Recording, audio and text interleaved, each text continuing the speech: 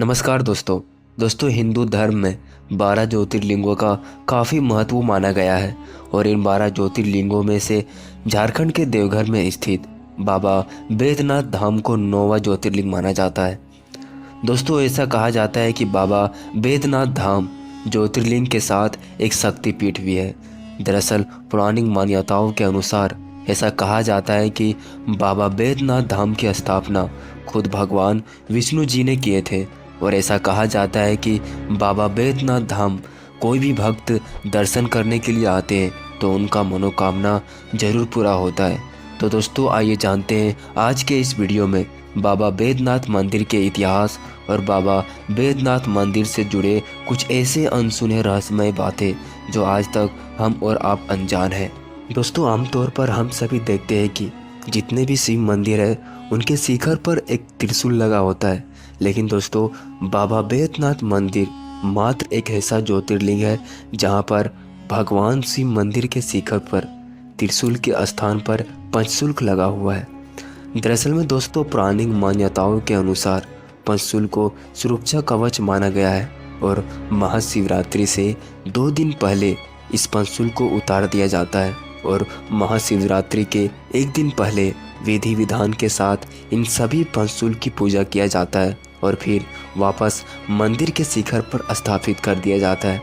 दोस्तों कहते हैं कि इस पंचशूल की वजह से आज तक मंदिर में कोई आपत्ति नहीं आई है। दोस्तों आपने देखा होगा कि बाबा बैद्यनाथ धाम में जल चढ़ाने के लिए लाखों भक्त कावड़ लेकर दूर पैदल चलकर देवघर पहुंचते हैं, लेकिन आपने कभी ये नोटिस किए हैं कि जितने भी भक्त होते हैं वे बोल बम का जयकारा क्यों लगाते हैं? दरअसल में दोस्तों इसके पीछे एक रीजन है। कहते हैं कि बोल बम का शब्द ब्रह्मा, विष्णु, महेश और ओम का प्रतीक माना गया है और बोल बम को सिद्ध मंत्र माना जाता है। इसे बोलने से श्रद्धालु के शरीर में एक नई ऊर्जा पैदा होता है जो भूखे प्यासे भक्तों को शक्ति प्रदान करता है। दोस्तों ये भी कहा जाता है कि जब हनुमान जी को शक्ति की आवश्यकता होती थी वे भी राम नाम का जप करते थे।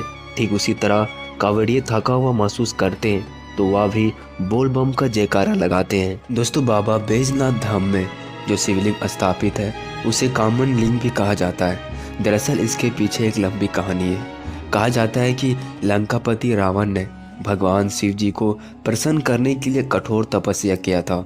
तब भगवान शिव जी ने रावण की तपस्या से खुश होकर उसे वरदान मांगने को कहा। फिर रावण ने भगवान शंकर जी को लंका ले जाना चाहते थे। दोस्तों यह बात सुनकर सभी देवताओं परेशान हो गए और ब्रह्मा जी के पास गए और बोले कि अगर शिव जी रावण के साथ लंका चले गए तो ये सृष्टि का कार्य कैसे होगा।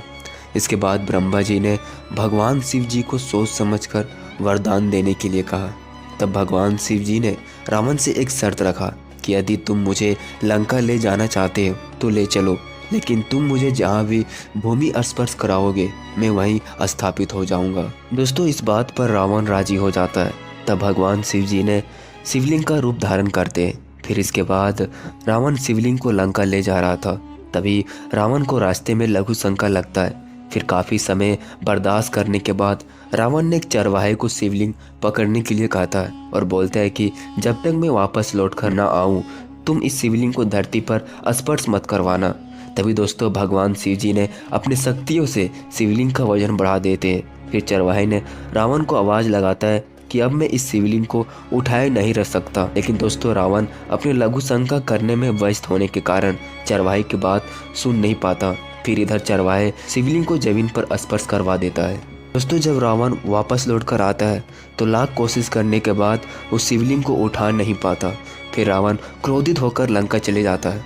फिर उसके बाद भगवान विष्णु और अन्य देवी देवता आकर उस शिवलिंग को पूजा करते हैं और उसी जगह पर स्थापित कर देते हैं। दोस्तों कहते हैं कि तभी से महादेव कामन लिंग के रूप में देवघर में स्थापित है और आज हम सभी देवघर में जाकर जल चढ़ाते और पूजा भी करते हैं। तो दोस्तों आज का वीडियो अच्छा लगा होगा तो कमेंट में जय बोले बम जरूर लिखें और ऐसा ही वीडियो के लिए हमारे चैनल को सब्सक्राइब करना ना भूलें।